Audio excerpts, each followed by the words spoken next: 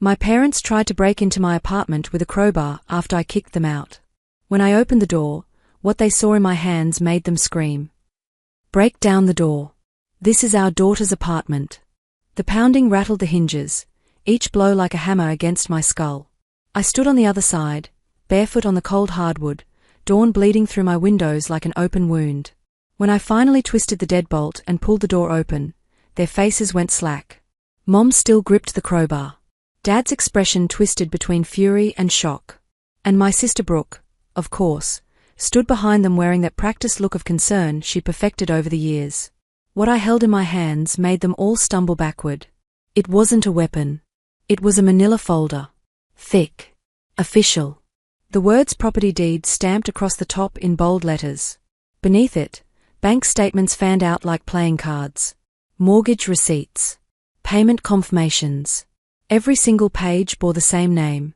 Autumn Hayes. Mom's voice came out strangled. What is that?" "Proof," I said, my voice steadier than my heartbeat. "Proof that this condo, this home you've been calling Brooke's investment property, belongs to me. Every payment. Every signature. Every midnight shift I worked to make the down payment. All me. My name is Autumn Hayes. I'm 28 years old. I'm a physical therapist at Riverside Medical Center. And if you think you know how this story ends, keep listening. Because yesterday, at Dad's 65th birthday dinner at Romano's Steakhouse, they humiliated me in front of 23 relatives. You're basically just house-sitting, Autumn," Mom had announced over tiramisu, her voice carrying across the private dining room. "We are letting you stay there because Brooke needs someone to maintain the property. It's her investment." Everyone laughed. Aunts, uncles, cousins I hadn't seen in years. They clinked their wine glasses. My sister beamed like she just closed a Fortune 500 deal. My throat burned. I sat there, fork frozen halfway to my mouth, while Brooke actually winked at me from across the table. So last night, at 11:47 p.m., I changed the locks. And this morning, when they came to reclaim her property, they learned whose name was actually on every legal document. Dad stepped forward, rage making his jaw tremble. "You stole from your own family." I met his eyes without flinching. "No, Dad. I just stopped being robbed by mine." The silence in that hallway felt thick enough to choke on. I watched Mom lower the crowbar slowly, her manicured nails going white around the handle. Watched realization crawl across Dad's face like frost spreading over glass. Watched Brooke's perfect composure crack just slightly at the edges. The door they'd tried to break down had never really belonged to them at all. Dad's voice came out like breaking ice. "You ungrateful child. We raised you. We gave you everything." I almost laughed. "Almost. You mean everything I paid for?" The words came out quieter than I expected. "Like the $3,000 I gave you when I was 22 because you temporarily needed to cover the mortgage on your house in Oakwood? Or the double shifts I worked at the hospital so Brooke could take that 6-week trip through Southeast Asia?" The documents in my hand rustled. Such thin paper to hold so much truth. Mom's face hardened into that expression that used to silence me as a teenager, that "how dare you embarrass us" look that made me swallow my words for years. "You don't speak to us this way, Autumn. We're your parents." "I know exactly who you are," I said softly. "That's why I kept forgiving you long after you stopped deserving it." Behind them, Brooke finally found her voice. She looked pale, like someone had turned down her brightness. "You're making this about money, Autumn? Really?" "You made it about ownership," I shot back. "I'm just reclaiming what was always mine." The hallway went still. Even the elevator's mechanical hum seemed to hold its breath. I moved past them, close enough to smell Mom's Chanel perfume, the same scent that used to mean safety when I was small, and set the folder on the hall table. "I didn't steal Brooke's condo, Mom. You lied about who bought it. I signed every paper you told me to trust you with. You used my savings, my credit score, my name. So please," I turned to face them fully now, "explain to me one more time how this belongs to Brooke." Mom's face drained of color like someone had pulled a plug. Dad turned toward my sister sharply. "Is that true?" Brooke's mouth opened. Closed. Opened again. She offered to help. It was supposed to be temporary. 5 years isn't temporary, I interrupted. 5 years of you telling everyone you're a real estate investor while I paid every bill. The hallway went completely silent except for the faint sound of Mrs. Rodriguez's TV through her door, some morning talk show where everyone laughed on cue. I took a slow breath, looking at each of them in turn. You came here ready to break down my door. To call me crazy. To prove some point. I stepped backward into my condo, my hand on the door frame. But the only thing broken here is your illusion of control. The door clicked shut between us. And for the first time in 5 years, the sound of that lock turning felt like freedom. By evening, my phone wouldn't stop vibrating. First Mom.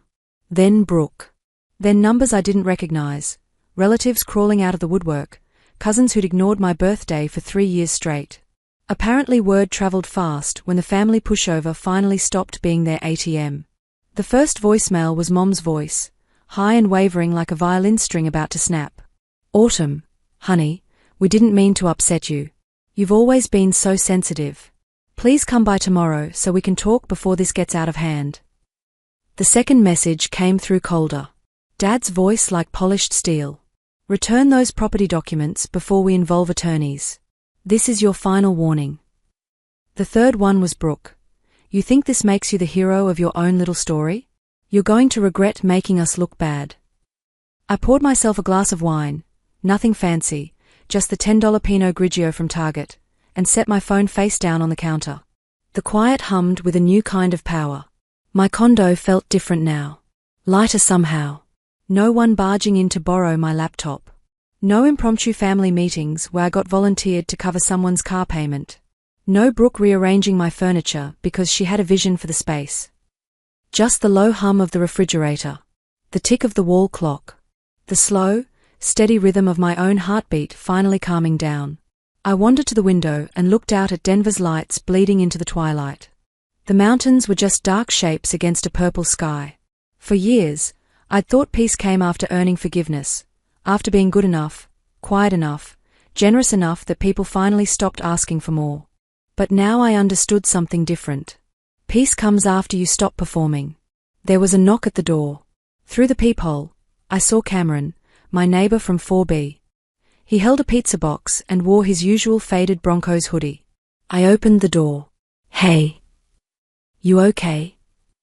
He shifted the box in his hands. Heard some intense voices this morning. Wanted to check in. I managed a small smile. Family drama. But I'm good now. He studied me for a second, then opened the pizza box and held it out. Family drama usually means you haven't eaten. Take a slice. Buffalo chicken. Extra ranch. I grabbed a piece, the warmth seeping into my fingers. Thanks. Listen, Cameron said, leaning against the door frame.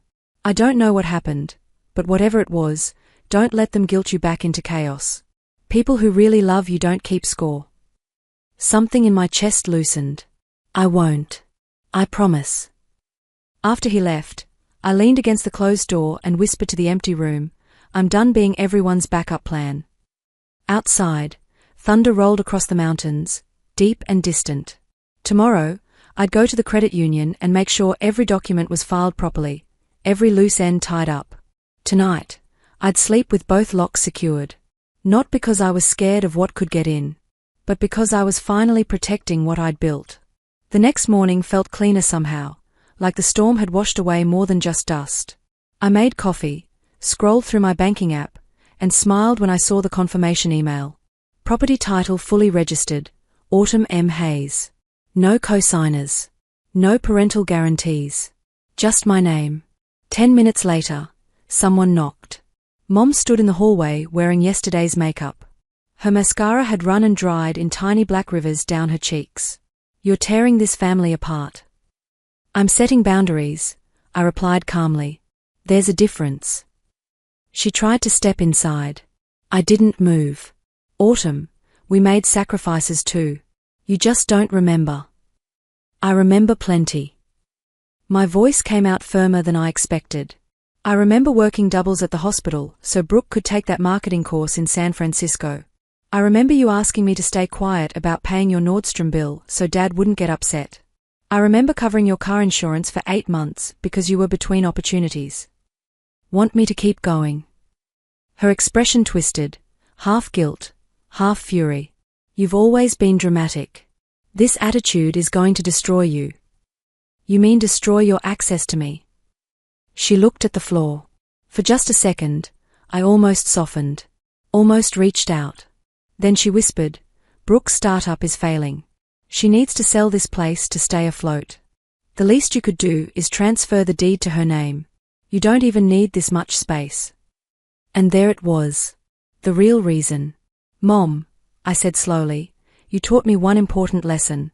Family only matters when it's convenient for you. So no, I don't need to do anything. And neither of you get to decide what I keep anymore. Her tears didn't move me this time. I'd seen that performance too many times. As she turned to leave, she threw back over her shoulder, You'll regret this. Maybe, I said softly, but at least it'll be my regret. Not yours. When the door closed, I realized something crucial.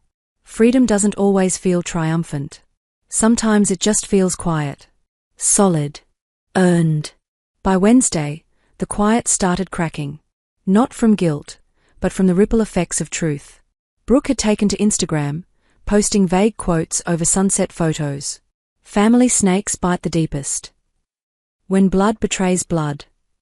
Her followers, mostly people from our hometown of Lakewood, flooded the comments with heart emojis and stay strong, Queen messages. I read every single one. Each comment was a tiny paper cut. But I didn't bleed anymore. Then my Aunt Cheryl called. Sweetheart, what's happening? Everyone's saying you cheated Brooke out of her property. I exhaled slowly. Aunt Cheryl, you know that condo on Wazee Street? I bought it. Every cent from my paycheck. I have the mortgage statements to prove it. She paused. They're saying you're unstable. That you're making things up because you're jealous. Of course they were. That's what gaslighting sounds like when it's been polished to perfection. Clean. Concerned. Perfectly convincing. That night, I printed everything. The deed. 5 years of mortgage statements. Bank transfers. Payment confirmations. I organized them into a binder with colored tabs. Facts had become my armor. Cameron stopped by while I was labeling the last section. Building a legal case. More like protecting myself, I said, clicking the binder rings shut. He smiled. Good. Because people like that only stop when truth gets louder than lies. Friday afternoon, I got a text from Dad. Family meeting. Sunday. 2 p.m. Mandatory. I stared at the message, waiting for a please that never came. Sunday arrived grey and cold, the kind of Denver morning where the mountains disappeared into clouds. Their house in Oakwood looked smaller than I remembered. The brick facade that used to seem so impressive now just looked ordinary. Worn. Mom answered the door with a forced smile that didn't reach her eyes. Let's keep this civil, shall we? Inside, the dining room table gleamed like it had been polished for battle. Brooke sat at the far end, arms crossed, wearing her boss babe blazer. Dad stood by the window, hands in his pockets. Glad you could make it, he said without turning around. I set my bag on the empty chair. What did you want to talk about? Brooke leaned forward. We can settle this quietly, Autumn. Sign over the deed, and we'll all pretend this little episode never happened. You can even stay there and rent from me. Family discount. The audacity actually made me laugh. I reached into my bag and pulled out the binder, setting it in the center of the table with a soft thud. You're right, I said calmly. Let's settle this. When I flipped open the first page, their faces changed. Because what they saw wasn't a compromise. It was truth. Notarized, stamped, and absolutely final. Dad grabbed the binder, his knuckles going white. This can't be right. It's legal, I said evenly. Purchased under my name. Paid through my account at Rocky Mountain Credit Union. Every signature mine. Every dollar mine. He flipped through pages like a man searching for a loophole in reality.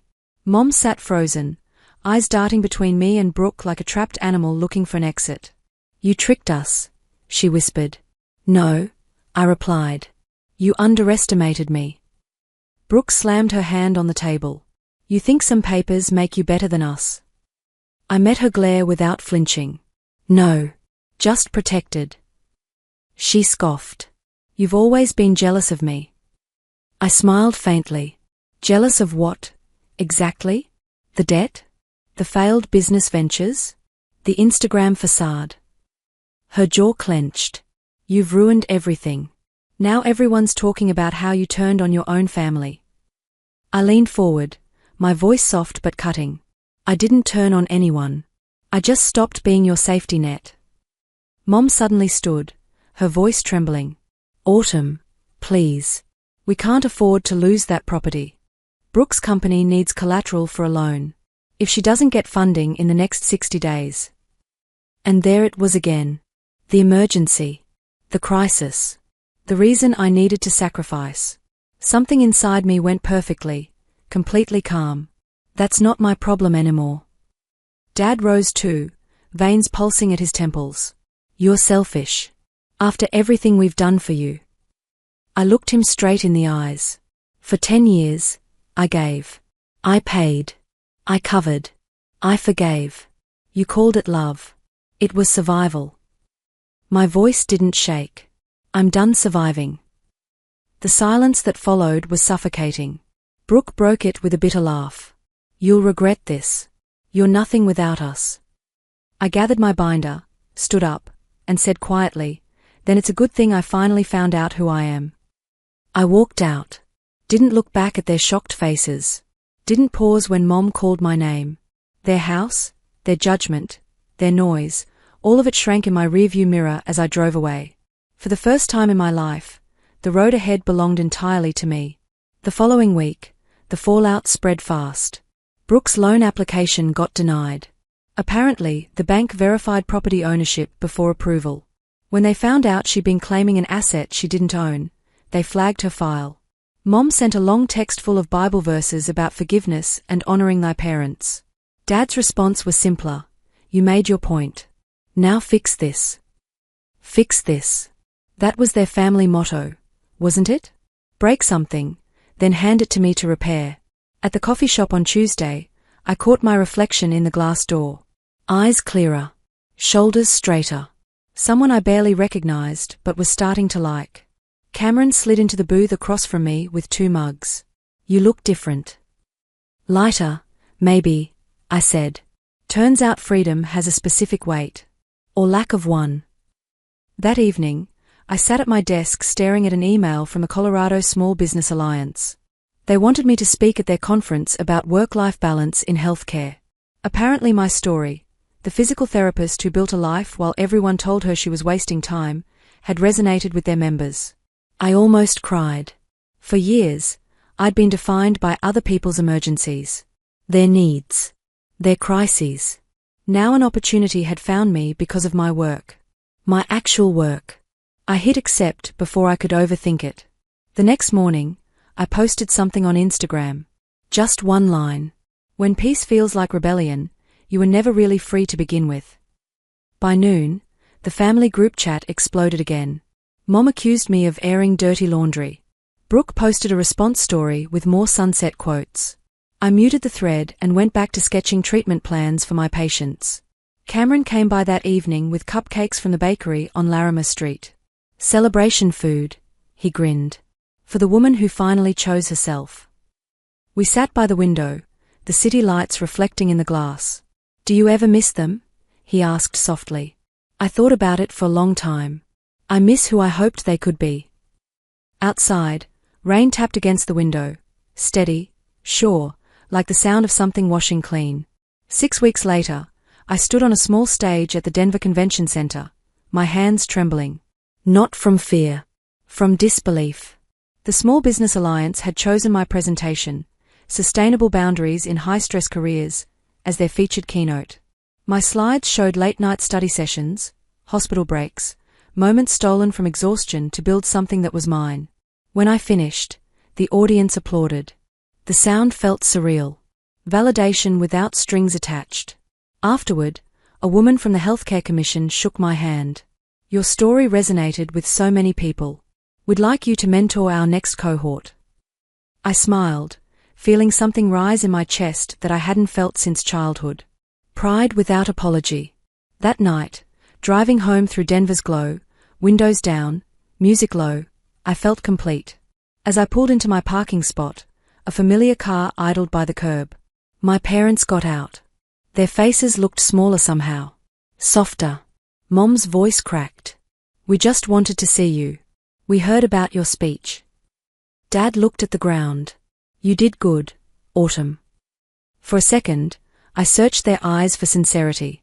I didn't find much. But maybe enough for someday. I appreciate you coming, I said calmly. But I don't need fixing anymore. I'm good. Mom's tears welled up. Can we start over? I thought about it. Really thought about it. Maybe someday, I said gently, when it's not just because you lost control. I walked past them, up the steps to my condo. Each step a line between past and present. Inside, the lights glowed warm. The air smelled like coffee and lavender. Cameron texted, "Proud of you. Dinner tomorrow? I'm buying." I smiled and typed back, "Deal." Outside, their car pulled away slowly, swallowed by the city's rhythm. I exhaled, locking the door behind me. Not to keep them out, but to protect the peace I'd built. And that was the moment I finally understood. Freedom isn't when they stop holding you back. It's when you stop holding yourself hostage to their expectations. The door was mine. The home was mine. The future was mine. And for the first time in 28 years, that was enough.